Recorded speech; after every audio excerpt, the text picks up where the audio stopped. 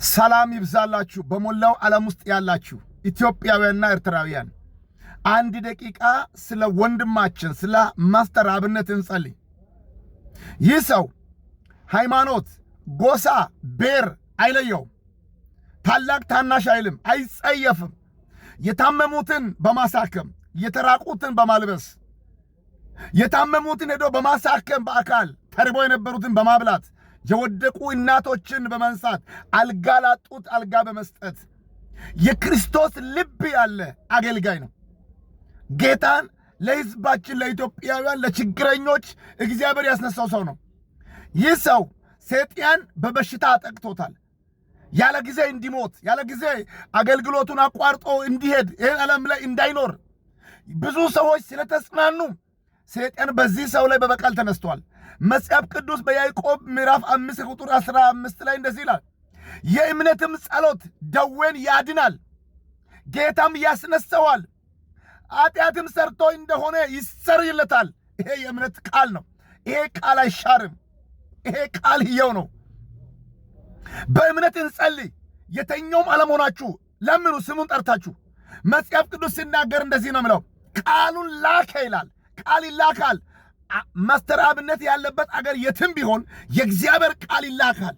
ባለበት እንደሚፈውስ አምናለሁ። አሁን በላዩ ላይ የወደቀ ክፉ በሽታ ከላዩ እንዲነሳ ጸልያለሁ። በናዝረቱ በኢየሱስ ስም የፈውስ እንጀራ እንዲመገብ በመገረፉ ቁስል ተፈውሳችኋል ስለሚል ይህ የእግዚአብሔር ቃል በላዩ ላይ እንዲሰራ ጸልያለሁ። ጠላት ያስቀመጠው ደዌ ከላዩ ላይ ይነሳ። ይህ ጊዜ አይዘልም፣ ያለ ጊዜ አይሙት። ይህ ብላቴና እንዲፈወስ ጸልያለሁ። እግዚአብሔር ሆይ የታምራት ጊዜ እንዲሆን በፈውስ እንድታስደንቀው ከአልጋ ብድግ እንድታደርገው ጤናው ሙሉ እንድታደርግ ጸለይኩ። ሞላው ዓለም ላይ ያለው ቅዱሳን የሚጸልየውን ጸሎት እንድትሰማ ድካማችን ኃጢአታችን ይቅር ብለህ ብላቴናውን እንድትጎበኝ ጸልያለሁ። እናመሰግንሃለን። ፈውስ በላዩ ላይ የጸና ይሁን። ተባረክ። እግዚአብሔር ሆይ ከፍ በል። እናመሰግንሃለን በኢየሱስ ስም። እኔ ፕሮፌት አበበ መርቆስ ነኝ። አሁን ደቡብ አፍሪካ ነው ያለሁት። እግዚአብሔር አምላክ ይረዳኛል። ወደ ኢትዮጵያ ሲመለስ በአካልም አግኝቼ ጸልያለሁ። በሚያስፈልገው ነገር ሁሉ በእግዚአብሔር ፊትም በማንኛውም ጉዳይ በማስተር አብነት ጎን ቆሜ ለመጸለይ ለመርዳት ቃል ገባለሁ። ይህ ታላቅ ሰው ነው። በጣም ወደዋለሁ። ወንድሜ እግዚአብሔር ካንተ ጋር ነው።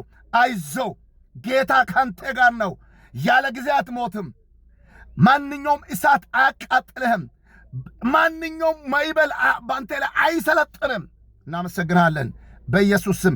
ይህን ሼር ኮፒ ሊንክ አድርጉ፣ ለብዙ ሰው እንዲደርስ አድርጉ። በዚህ ጊዜ እስከ ምልክቱ እስከሚታይ ሳናቋርጥ እንጸልይ። እኛም ጸልያለን። ተባረኩ።